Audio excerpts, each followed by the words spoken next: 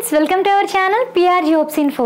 Friends, మన ఛానల్లో ప్రతిరోజు అప్డేటెడ్ నోటిఫికేషన్స్ యొక్క కంప్లీట్ ఇన్ఫర్మేషన్ అయితే చెప్పడం జరుగుతుంది ఫ్రెండ్స్. కాబట్టి డైలీ మన ఛానల్ని ఫాలో అవ్వండి, అలాగే మీ ఫ్రెండ్స్ అండ్ రిలేటివ్స్కి షేర్ చేయండి. ఈరోజు వీడియోలో అయితే మనం దీపావళి పండుగ సందర్భంగా దీపావళి గురించి అయితే తెలుసుకుందాం. ముందుగా మీ అందరికీ కూడా దీపావళి శుభాకాంక్షలు. మనందరికీ చాలా చాలా ఇష్టమైన పండుగ ఏంటంటే దీపావళి. దీపావళి అంటే జనతా గ్యారేజ్ సినిమాలో ఎన్టీఆర్ గారు చెప్పినట్లుగా దీపాల పండుగ.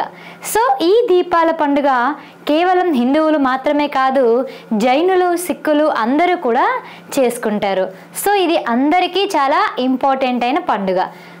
హిందువులు అందరూ కూడా ఎందుకు చేసుకుంటారంటే చెడు నుండి విజయం సాధించిన ఘనతకు పేర్కొనడానికి ఈ పండుగనైతే జరుపుకోవడం జరుగుతుంది.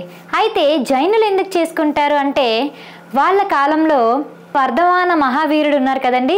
ఆయన ఇదే రోజున దీపావళి రోజున మోక్షం పొందడం జరిగింది.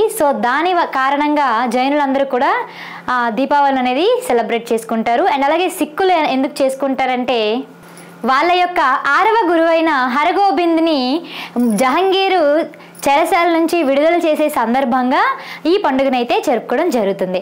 అయితే ఈ పండుగ ఎందుకు జరుపుకుంటారు, ఈ పండుగలో ఉండే వివిధ రకాలైన కథలు ఏంటి, ఇది దేనికి ప్రాముఖ్యత చెందింది, ఇవన్నీ దీనిలో దీపావళి గురించి ప్రతి ఒక్క డీటెయిల్ని కూడా మనం ఈరోజు వీడియోలో తెలుసుకుందాం. అయితే మీ అందరికీ చెప్పే విషయం ఏంటంటే ఒకటి, మన పిఆర్ జాబ్స్ ఇన్ఫోలో దీపావళి ఆఫర్స్ అయితే పెట్టడం జరిగింది. ప్రతి ఒక్క కోర్స్పై కూడా 50% ఆఫర్ అయితే పెట్టడం జరిగింది. ఏపీ ఎండోమెంట్ గ్రేడ్ 3 పేపర్ 2 వచ్చేసి ఫుల్ పేపర్ వచ్చేసి మనకి 1499కే ఇస్తున్నాం. ఏపీ ఎండోమెంట్ గ్రేడ్ 3 పేపర్ 2 సపరేట్గా 999కే ఇస్తున్నాం. అండ్ అలాగే ఆర్ఆర్బీ ఎనీ కోర్స్ 750కి ఇస్తున్నాం. అండ్ అలాగే ఆర్ఆర్బీ జనరల్ సైన్స్ 500కి ఇస్తున్నాం. And RRB test series 1 lakh bits plus materials ఇందులో ఉంటాయి. ఇది కేవలం 299 రూపీస్కే ఇవ్వడం జరుగుతుంది. ఈ ఆఫర్స్ కేవలం 2 days మాత్రమే ఇస్తున్నాం. ప్రతి ఒక్కరు కూడా త్వరపడండి. ఈ అవకాశాన్ని అయితే అస్సలు మిస్ కాకండి. ఏవైనా డౌట్స్ ఉంటే డిస్క్రిప్షన్లో లింక్ ఉంది వాట్సాప్ది, అందులో పెడితే నేను రిప్లై ఇస్తాను. లేదంటే ఈ నెంబర్కి కాల్ చేయండి, నేను లిఫ్ట్ చేసి మీకు రెస్పాండ్ అవుతాను. ఓకేనా? అసలు మనకి ఇప్పుడు స్టోరీలోకి వెళ్తే ఫస్ట్ ఆఫ్ ఆల్ మనకి ఎందుకు చేసుకుంటారు దీపావళి అంటే నరకాసురుడిని సత్యభామ సంహరించిన సందర్భంగా ఈ దీపావళి పండుగ అయితే చేసుకోవడం జరుగుతుంది. అసలు దీని గురించి క్లియర్గా తెలుసుకున్నట్లయితే పూర్వం హిరణ్యాక్షుడు అనే రాక్షసుడు భూమిని సముద్ర గర్భంలో పడవేసేటప్పుడు అప్పుడు ఏం చేశారు, విష్ణుమూర్తి వరాహమూర్తి అవతారం ఎత్తి భూమిని కాపాడుతారు. ఈ కథ మీ అందరికీ కూడా తెలిసిందే. అయితే ఈ హిరణ్యాక్షుడిని చంపి వరాహమూర్తి భూమిని కాపాడిన సందర్భంలో సంధ్యాకాలంలో వీళ్ళు కలవడం వలన వీళ్ళకి ఒక పుత్రుడైతే జన్మించడం జరుగుతుంది. నిషిద్ధ కాలమైన సంధ్యాకాలంలో అంటే ఈవినింగ్. ఈ సంధ్యాకాలంలో పుత్రుడు జన్మించడం వల్ల విష్ణుమూర్తి భూదేవికి ఏం చెప్తాడంటే ఈ పుత్రుడు నిషిద్ధ కాలంలో పుట్టాడు కాబట్టి అంటే రాక్షస గుణాలు అనేవి ఈ పిల్లడికి వస్తాయి అని చెప్పి ముందుగానే హెచ్చరిస్తాడు. అప్పుడు భూదేవి చాలా భయపడిపోయి, అంటే నా కుమారుడికి రాక్షసుల గుణాలు వస్తే ఖచ్చితంగా విష్ణుమూర్తే సంహరిస్తారని దీనికి ఏదో ఒక ఉపాయం చెప్పమని విష్ణుమూర్తికే వేడుకుంటే విష్ణుమూర్తి ఒకటి చెప్తాడు. ఏంటంటే దాని గురించి ఏంటంటే ఈ బాలుడు కేవలం తన తల్లి చేతుల్లో మాత్రమే మరణం కలిగి ఉంటాడు, ఇంకే విధంగా కూడా ఈయనకి మరణం ఉండదు అని అనగానే తల్లి భూదేవి చాలా సంతోషించి తన తల్లి కాబట్టి తనకి తానుగా ఎలాగో పుత్రుడిని చంపలేదు కాబట్టి ఈ వరాన్ని స్వీకరించి సంతోషించి తన పుత్రుడైన నరకుడిని జనక మహారాజుకి ఇచ్చి పెంచమని చెప్తుంది. దీని తర్వాత ఏం జరుగుతుందంటే నరకుడు పెరిగి కామాఖ్యని రాజధానిగా చేసి ప్రాగ్జ్యోతిష్యపురాన్ని పాలించడం జరిగింది. ఈ కామాఖ్య నగరంలో కామాఖ్యాదేవిని పూజిస్తూ చాలా మంచిగా ప్రజలందరినీ కూడా చాలా మంచిగా పాలిస్తాడండి, చాలా మంచిగా చూసుకొని రాజ్యపాలన చేస్తాడు. సో వీళ్ళ పక్కన ఉండే రాజ్యంలోని రాజు అయిన బాణాసురుడు నరకాసురుడికి సాన్నిహిత్యంగా అవుతాడు. సో స్నేహం చేస్తాడు.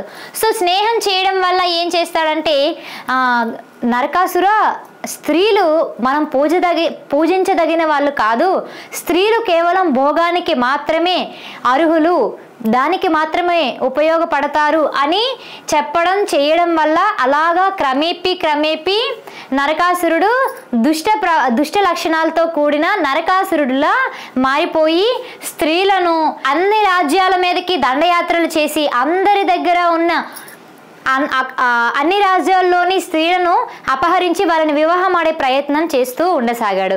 సో ఇలా జరుగుతుండగా దేవతలందరూ కలిసి శ్రీ మహావిష్ణువు దగ్గరికి వెళ్ళి దీనికి ఒక పరిష్కారం ఇవ్వండి స్వామి, ఇలా చేస్తే మన స్త్రీలందరికీ రక్షణ అనేది ఉండదు, ఈ నరకాసురుడిని ఎలాగైనా వధించండి, దానికి ఏదో ఒక ఉపాయం చేయండి, ఏదో ఒకటి చేయండి అని వేడుకొనగా సో అప్పుడు విష్ణుమూర్తి ద్వాపరయుగం కదండి, సో ద్వాపరయుగం కాబట్టి శ్రీకృష్ణ అవతారంలో ఉన్నారు. సో శ్రీకృష్ణ అవతారంలోనే ఉండేటప్పుడు పూర్వపు జన్మలో ఉన్న భూదేవి అంశతో సత్యభామ ద్వాపరయుగంలో శ్రీకృష్ణుడి భార్యగా సత్యభామగా ఉంటుంది. సో భూదేవి అంశ అని తనకి తెలియదు. సో పూర్వజన్మ గుర్తులేవి కూడా తనకి గుర్తులేవు, కేవలం ఈ జన్మ మాత్రమే తనకు గుర్తుంది. సో శ్రీకృష్ణుడు నరకాసురుడిపై యుద్ధం ప్రకటించేటప్పుడు సత్యభామ కూడా స్వామి నేను కూడా మీతో పాటు యుద్ధంలో పాల్గొంటాను అని చెప్పగా శ్రీకృష్ణుడు కూడా ఒప్పుకుంటాడు. సో ఇంకా ఆ యుద్ధం అనేది చాలా స్టార్ట్ అవుతుంది. సో సత్యభామ, శ్రీకృష్ణుడు అండ్ అలాగే నరకాసురుడితో యుద్ధం చేస్తుండగా సో శ్రీకృష్ణుడికి నరకాసురుడికి ఘోర అంటే చాలా చాలా ప్రమాదమైన యుద్ధం.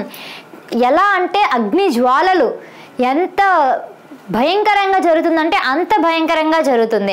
కానీ అక్కడ ఉన్న వరం ఏంటి, కేవలం నరకాసురుడు తన తల్లి అయిన భూదేవి చేతుల్లోని మాత్రమే సంహరించగలడు, చనిపోగలడు, లేదంటే తను చావలేరు కదా. సో అందువలన శ్రీకృష్ణుడు ఒక పన్నాగం ఆలోచించాడు. అది ఏంటంటే యుద్ధం మధ్యలో శ్రీకృష్ణుడు మూర్ఛపోయేటట్టుగా పడిపోతాడు. సో అప్పుడు మన సత్యభామ గారికి ఏంటి చాలా కోపం వచ్చేస్తుంది, నా పతి దేవుడినే మూచిపోయేటట్లు చేస్తాడా అని ఇంకా విల్లుని ధరించి వెంటనే ఏం చేస్తుందంటే నరకాసురుడికి బాణం వేసి వధిస్తుంది. సో భూదేవి అంశ కదా సత్యభామ, సో తన తల్లి చేతుల్లోనే నరకాసురుడు వధింపబడ్డాడు.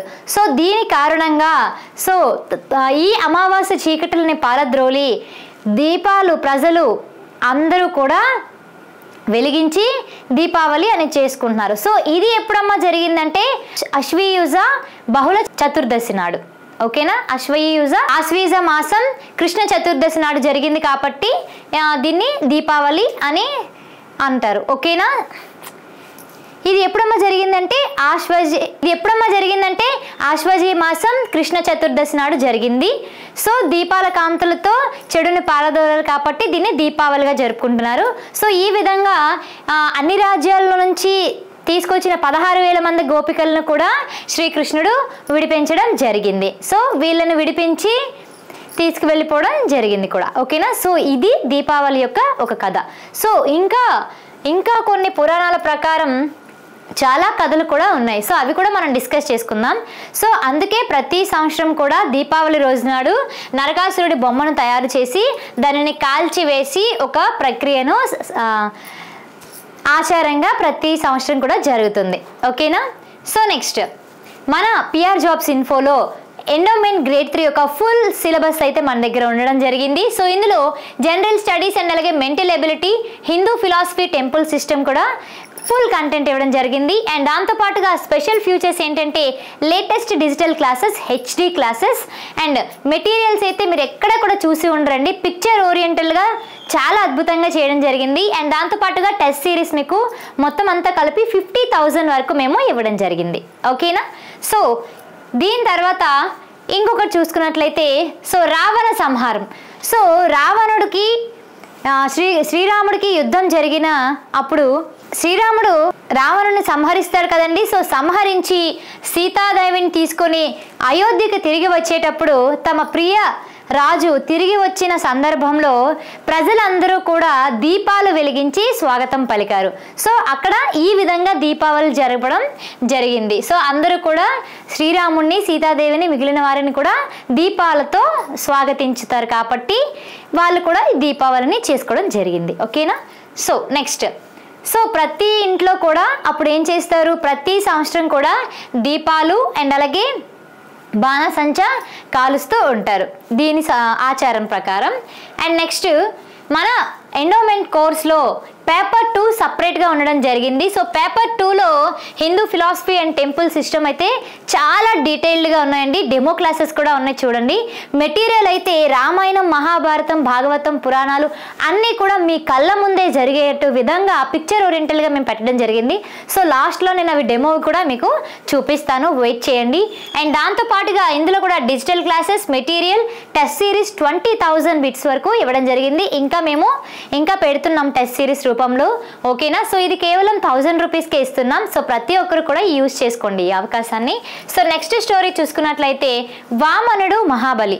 సో పూర్వం ప్రహ్లాదుడు మనవడు అయిన బలి చక్రవర్తి చాలా బాగా అందరినీ కూడా పరిపాలిస్తూ ఉండేవాడు. బలి చక్రవర్తికి చాలా దానశీలి. సో ఈయన చాలా మంచిగా అందరినీ చూసుకుంటున్నాడు. కానీ ఈయనకి అహంకారం పెరుగుతూ వస్తుంది. సో ఈ అహంకారం పెరగడం వల్ల దానిని తగ్గించడానికి శ్రీ మహావిష్ణువు 3 అడుగుల పొట్టి ఆకారంతో వామనుడు రూపంలో జన్మించడం జరిగింది. సో ఈయన బలి చక్రవర్తి దగ్గరికి వెళ్ళి 3 అడుగుల భాగం, నేనెంతైతే పొడవున్నానో అన్ని అడుగుల భాగం చాలు, 3 అడుగుల భాగం అనేసి అంటాడు. అప్పుడు శుక్రాచార్యుడు, అంటే రాక్షసుల గురువు శుక్రాచార్యుడు కదండి. సో శుక్రాచార్యుడు ఇంత చిన్నపిల్లాడు ఇంత మహారాజు దగ్గరికి వచ్చి 3 అడుగులు అడగడం ఏంటి, ఖచ్చితంగా ఇందులో ఏదో మోసం ఉంది, శ్రీ మహావిష్ణువు ఈ అవతారంలో వచ్చినట్టున్నాడు అని బలిచక్రవర్తికి ముందే హెచ్చరిస్తాడు.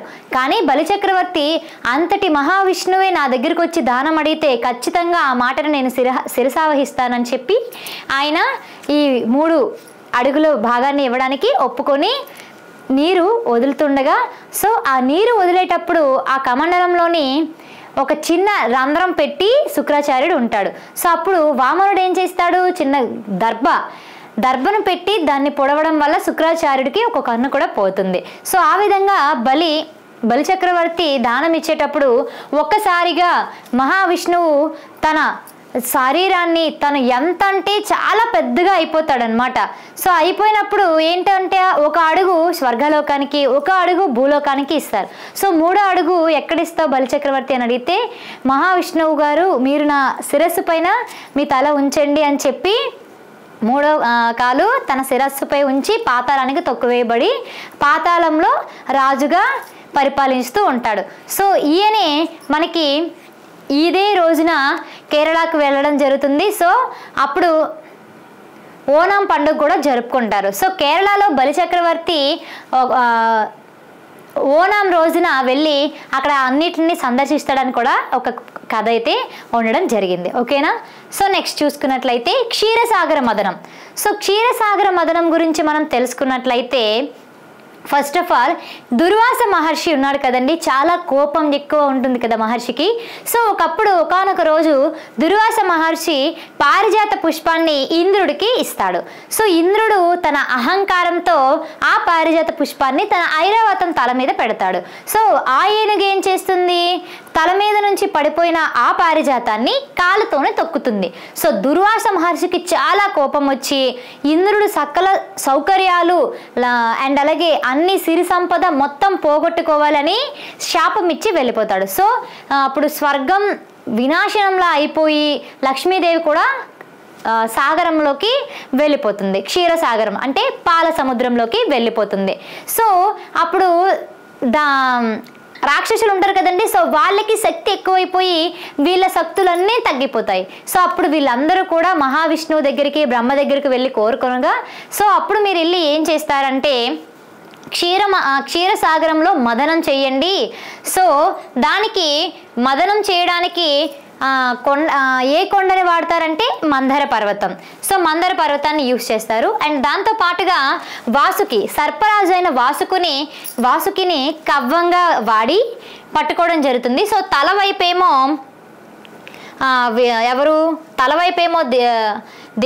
దేవతలు అండ్ అలాగే తోకవైపు మనకి రాక్షసులు పట్టుకోవడం జరుగుతుంది. పట్టుకొని మందర పర్వతాన్ని క్షీరసాగరంలో కవ్విస్తూ ఉండగా అది కిందకి ఎలా మునిగిపోతూ ఉండడం వల్ల అది కిందకి వెళ్ళిపోతుందో, సో అప్పుడు మన శ్రీ మహావిష్ణువు కూర్మ అవతారం ఎత్తి సో కిందన ఆ మందర పర్వతం కిందకి వెళ్ళిపోకుండా తన్ని ఎత్తి పట్టుకుంటాడు తన మీద పెట్టుకొని. ఓకేనా. సో వీళ్ళు చాలా వేగంగా కవ్వించడం వలన అప్పుడు ఏమవుతుందంటే క్షీరసాగరం మదనం నుంచి గరళమైన విషం అనేది వెలువడుతుంది. సో ఈ విషం అనేది చాలా డేంజరస్ విషము, కాలకోట విషం. సో ఈ విషం బయటికి వస్తే మొత్తం సర్వంతరం కూడా నాశనం అయిపోతుందని శివుడి దగ్గరకు వెళ్ళి వేడుకొనగా మహాశివుడు తన కంఠాన ఈ విషాన్ని సేవించి ఇక్కడ ఉంచేస్తాడు. సో అందువల్లనే శివుడికి కంఠం దగ్గర నలుపుగా ఉంటుంది. దానివల్లనే శివుడిని నీలకంఠుడు అని కూడా పిలవడం జరుగుతుంది. సో ఈ విధంగా అయిన తర్వాత ఇంకా చిలికినప్పుడు అప్పుడు ధన్వంతరి వచ్చి అమృత కుండతో వస్తాడు. సో ఈ మదనంలోనే లక్ష్మీదేవి కొన్ని వస్తువులు కూడా బయటికి రావడం జరుగుతుంది. ఓకేనా. సో దాని తర్వాత అసలు ఈ అమృతాన్ని మేమంటే మేము అని వీళ్ళంతా కూడా తగాదాలు పడుతుండగా శ్రీ మహావిష్ణువు మోహిని రూపం వచ్చి ఆ వీళ్ళందరినీ కూడా రాక్షసులందరినీ కూడా మోహించి, సో అప్పుడు ఏం చేస్తారు, వీళ్ళందరూ కూడా రాక్షసులు మోహిని అందానికి మోహితులైపోయి సో నువ్వే అమృతం పంచు అని అమృతాన్ని శ్రీ మహావిష్ణువుకి, మోహిని రూపంలో ఉన్న శ్రీ మహావిష్ణువుకి ఇచ్చేస్తారు. సో తెలివిగా మోహిని ఏం చేస్తుందంటే రాక్షసులా కాకుండా దేవతలందరికీ కూడా మా అమృతాన్ని ఇస్తూ ఉంటుంది. సో ఇలా ఇస్తూ ఉంటుండగా రాహు అనే రాక్షసుడు దేవతల రూపంలోకి అక్కడికి వెళ్ళి అమృతం తీసుకుంటుండగా చంద్రుడు అండ్ అలాగే సూర్యుడు గ్రహించి మోహిని తిను రాక్షసుడు అని చెప్పగా సో ఆయన గొంతు దాటేలోపు, అంటే రాహువు ఇంకా మింగలేదు, గొంతులోనే ఉంది, ఇంకా మింగేలోపు శ్రీ మహావిష్ణువు తన యొక్క సుదర్శన చక్రంతో రాహువు తలను ఖండించేస్తాడు. సో ఖండించడం వల్లనే మనకి కొన్ని కథల ప్రకారం రాహువు గ్రహణం రోజు రాహువు కేతు అని 2 భాగాలుగా విడిపోతాడు కదా, మరి తల వేరేగా మొండం వేరేగా వెళ్ళిపోయి ఆ రాహువు కేతు గ్రహాలుగా మారి అప్పుడప్పుడు మనకి గ్రహణం ఏర్పడుతుంది కదా. సో ఆ గ్రహణం రోజున చంద్రుడిని సూర్యుడిని మింగేస్తాడని కొన్ని కథలు అయితే ఉండడం జరిగింది. సో ఈ విధంగా సాగర మథనం జరిగింది. ఇందులో నుంచి ధన్వంతరి అండ్ అలాగే శ్రీ మహాలక్ష్మి కొన్ని వస్తువులు రావడం జరిగింది. ఓకేనా. సో ఇది కూడా ఈ రోజున జరిగింది. సో ఇదే రోజున ధనత్రయోదశి కూడా జరపడం జరుగుతుంది. అండ్ నెక్స్ట్ పాండవులు. సో పాండవులు జూదంలో ఓడిపోయిన తర్వాత 12 సంవత్సరాలు అరణ్యవాసం అండ్ అలాగే 1 సంవత్సరం అజ్ఞాతవాసం మొత్తం పూర్తి చేసి మరలా తిరిగి రాజ్యానికి వచ్చేటప్పుడు తన ప్రియరాజులు వస్తున్న సందర్భంగా దీపాలు వెలిగించి ప్రజలందరూ కూడా స్వాగతం పలికారు. సో అందుకే ఇది కూడా ఒక కథ. ఓకేనా. సో మనకి దీపావళి రోజున బాణసంచ అనేది చాలా కాలుష్యం జరుగుతుంది. సో ఈ ఆచారం ఎందుకు వచ్చిందంటే చెడు నుంచి మంచి విజయం సాధించిందని బాణసంచ కాలుస్తారు. సో దాంతో పాటుగా ఇంకొకటి కూడా ఉందండి పాయింట్ ఏంటంటే సో శబ్దం వల్ల గాలిలో ఉండే చెడు అంతమైపోయి మంచి అనేది జరుగుతుందని ఒక నమ్మకం. అండ్ దాంతోపాటుగా వర్షాకాలంలో వచ్చే తేమ వల్ల వచ్చే కీటకాలు క్రిములు అన్నీ కూడా ఈ పొగ వల్ల, ఈ బాణసంచ కాల్చిన పొగ వల్ల పోతాయని కూడా ఒక నమ్మకం. ఓకేనా. సో నెక్స్ట్ కొన్ని క్వశ్చన్స్ అయితే దీని మీద మనం తెలుసుకుందాం. అసలు మనకి ఎగ్జామ్లో ఎలా క్వశ్చన్స్ అడుగుతున్నారని కూడా మీకు డెమోగా చూపిస్తాను. ఫస్ట్ చూడండి. సో దీపావళి పండుగ ఏ తిథి రోజున జరుపుకుంటారు అని క్వశ్చన్ అడుగుతుంది. అయితే అప్పుడు ఆశ్వయుజ శుద్ధ పౌర్ణమి, ఆశ్వయుజ బహుళ చతుర్దశి, ఆప్షన్ సి ఆశ్వయుజ బహుళ అమావాస్య, ఆప్షన్ డి కార్తీక శుద్ధ పాడ్యమే. So the correct answer is ఆశ్వయుజ బహుళ చతుర్దశి నాడు దీపావళిని జరుపుకోవడం జరుగుతుంది. ఓకేనా. సో నెక్స్ట్ నరకాసురుడిని వధించడంలో శ్రీకృష్ణుడికి యుద్ధానికి సహకరించిన దేవి ఎవరు? So option A Rukmini, option B Satyabhama, option C Jambavati and option D Radha. So the correct answer is మనకి Satyabhama is the right answer. And next third one వచ్చేసి శ్రీకృష్ణుడి చేతిలో నరకాసురుడు మరణించడానికి కారణమైన వరం ఏంటి? సో ఆప్షన్ ఏ శివుడు నుంచి పొందిన వరం, ఆప్షన్ బి తల్లి చేతిలో మాత్రమే మరణించే వరం, ఆప్షన్ సి నరకాసురుడు చిరంజీవి అయ్యే వరం అండ్ ఆప్షన్ డి విష్ణువు నుండి పొందిన వరం. So the correct answer is తల్లి చేతిలో మాత్రమే మరణించే వరం అనేది నరకాసురుడికి ఉండడం జరిగింది. ఓకేనా? So next question. So next చూసుకున్నట్లయితే నరకాసురుడి తల్లి ఎవరు? Option A Lakshmidevi, option B Bhudevi, option C Aditidevi and option D Danavi. So the correct answer is option B Bhudevi is the right answer.